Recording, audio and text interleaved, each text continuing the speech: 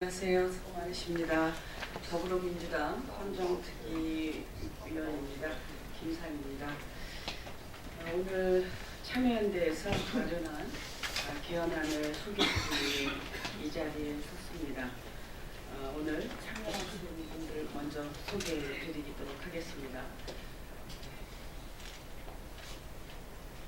참여연대 공동대표이신 정광자 대표님께서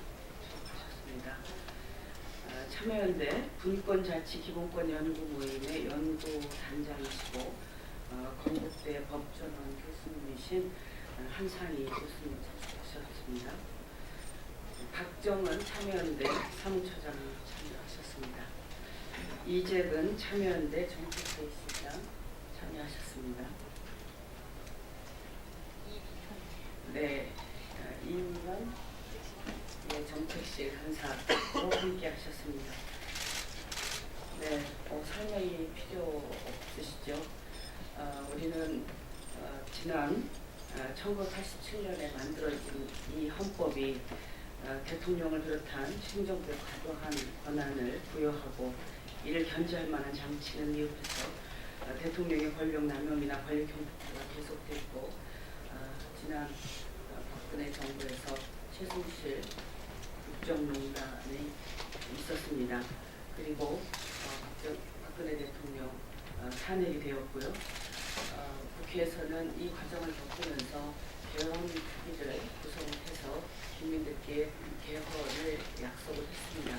그리고 대선 과정에서 모든 정당, 모든 후보들이 지방선거 때 개헌을 하겠다고 하는 약속도 했습니다. 그렇지만 지금 국회의 논의는 정말 지지부진하고 국민들의 뜻을 제대로 받들지 못하고 있는 것이 정말 안타까운 현실입니다.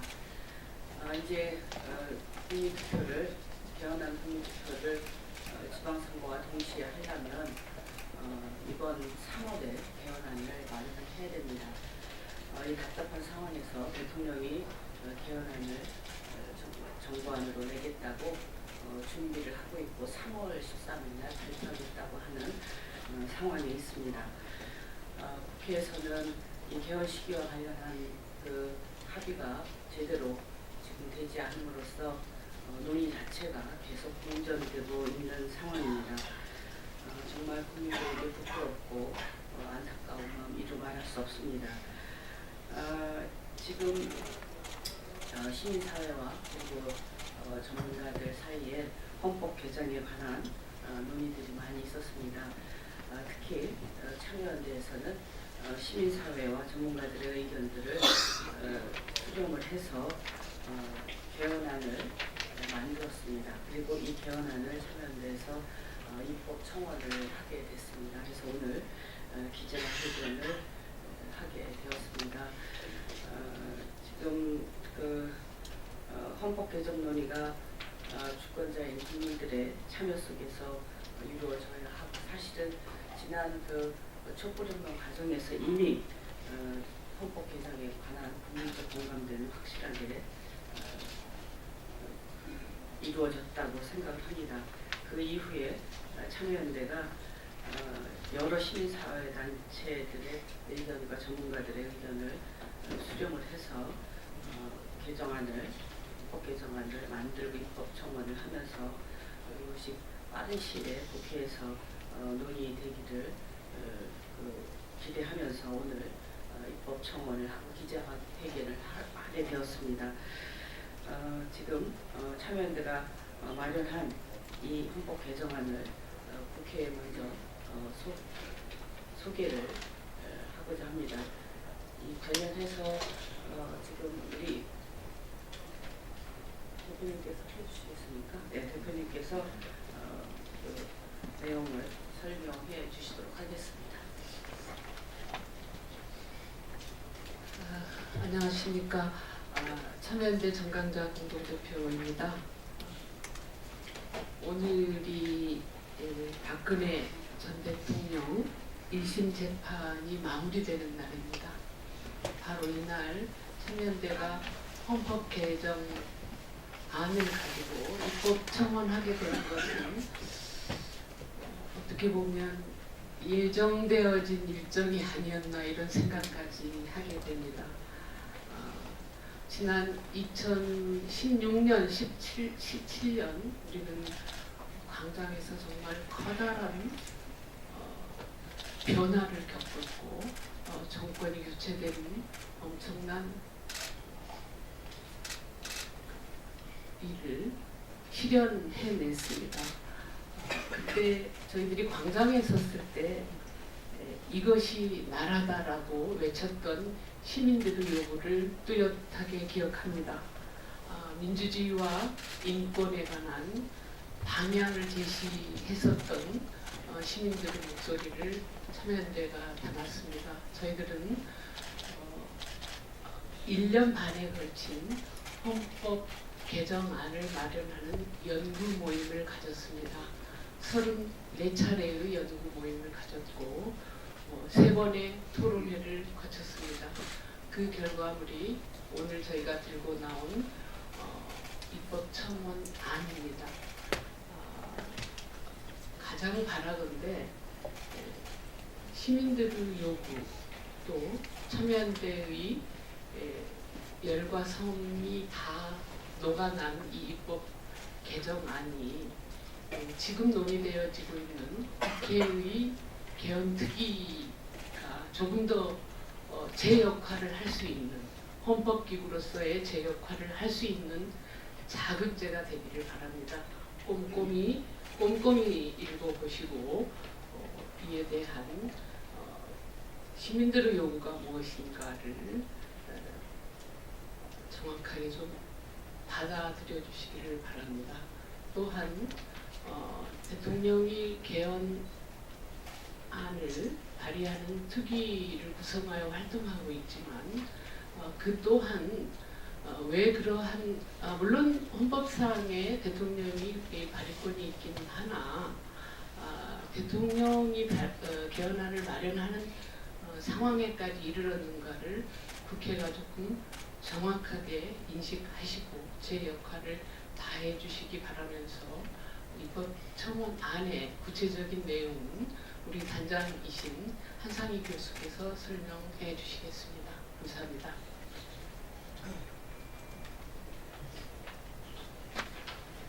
반갑습니다.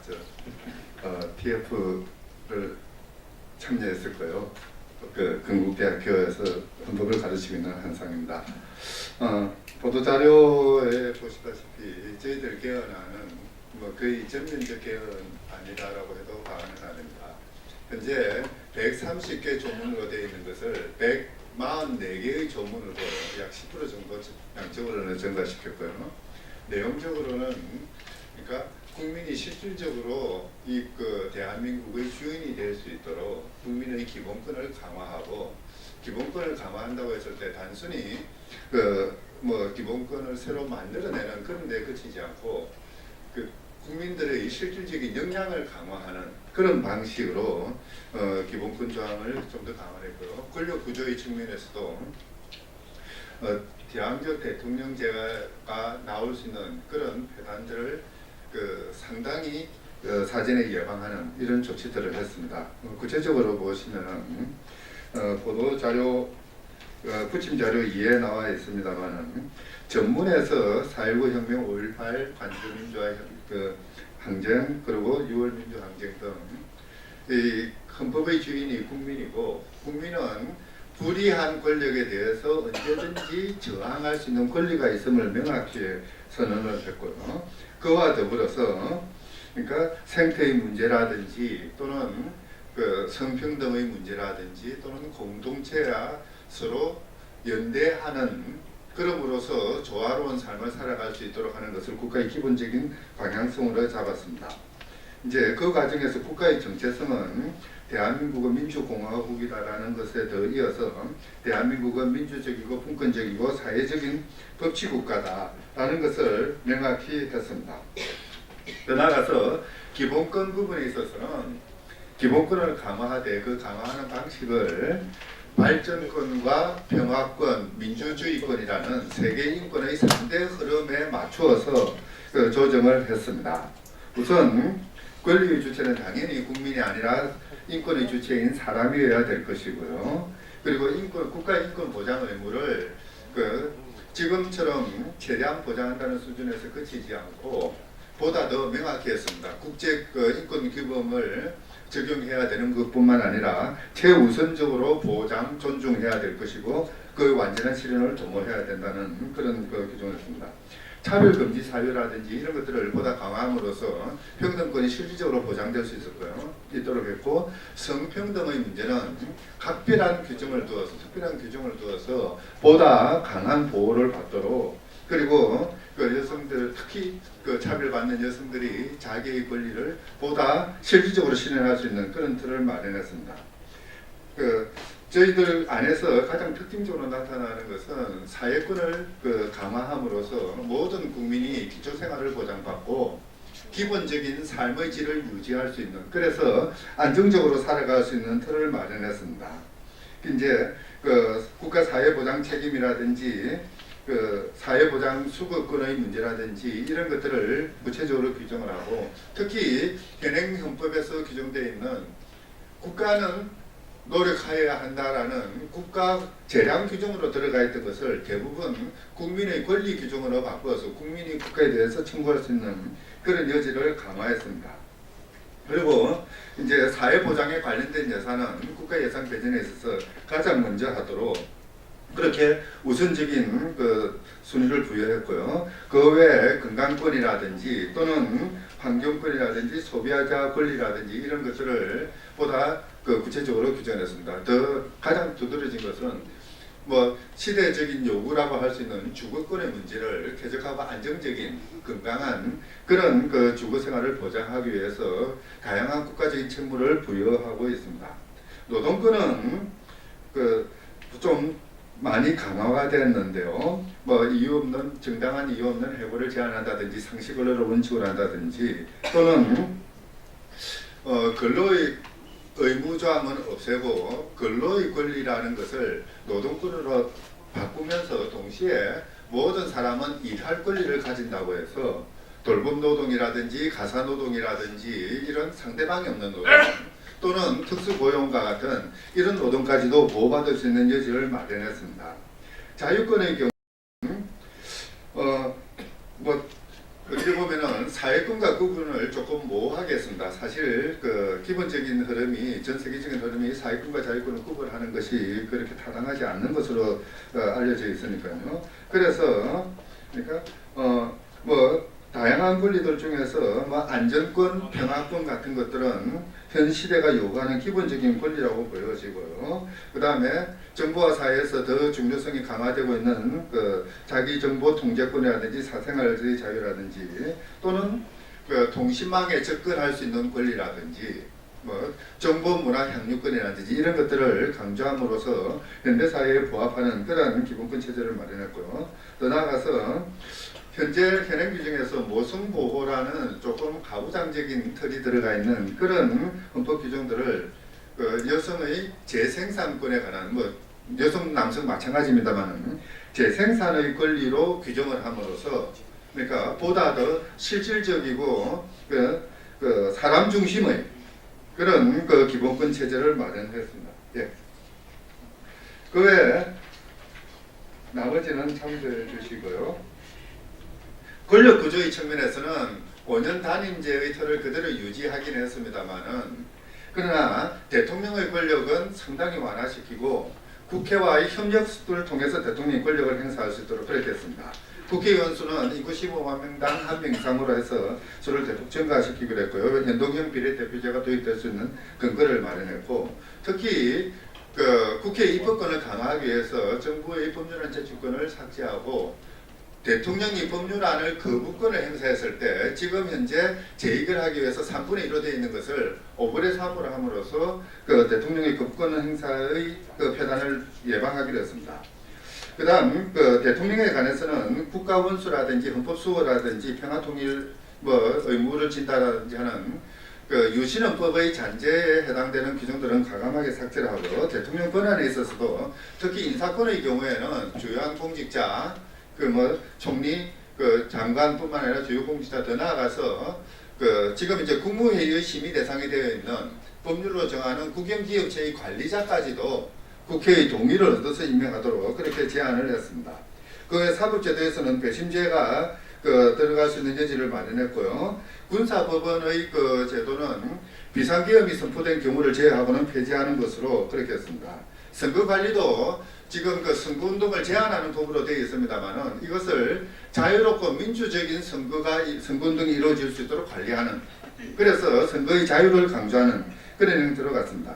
경제 부분에서는 우리 헌법재판소가 누누이 강조하고 있는 사회적 시장 경제 질서라는 것을 경제의 기본 원칙으로 세우고, 경제의 민주화 그리고 경제의 기본적인 목적이 국민 생활의 향상과 공공복리의 정진에 있음을 강조를 하면서 경제 주체 간의 또는 사회 구성원 간의 연대성을 강조하는 그런 식으로 개정을 했습니다. 헌법 개정의 경우에도 과거에 있었던 국민 반환 제도를 도입을 하고 또 국민 투표 제도와 연계시킴으로써 국민이 실질적으로 헌법을 주도하는 헌법을 만들어 나가는 주체임을 강조했습니다. 이상입니다.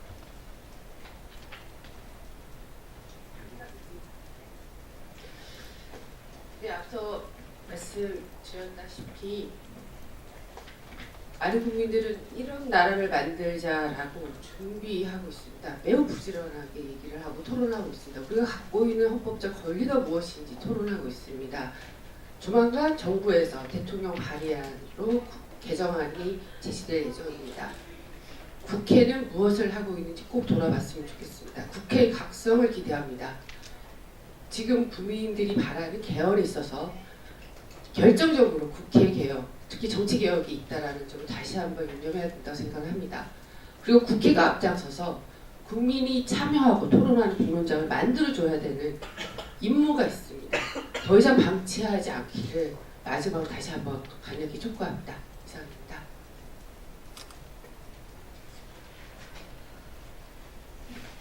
네, 그동안 참여연대에서 오랜 기간 동안의 논의와 수고 끝에 나온 그 청원안 국회에서 정말 꼼꼼히 살펴보면서 잘 반영할 수 있도록 그렇게 노력을 하겠다고 하는 말씀드리고요. 무엇보다도 국회가 지금 개헌과 관련해서 정말 전향적으로 국민의 뜻을 받들어서 2월에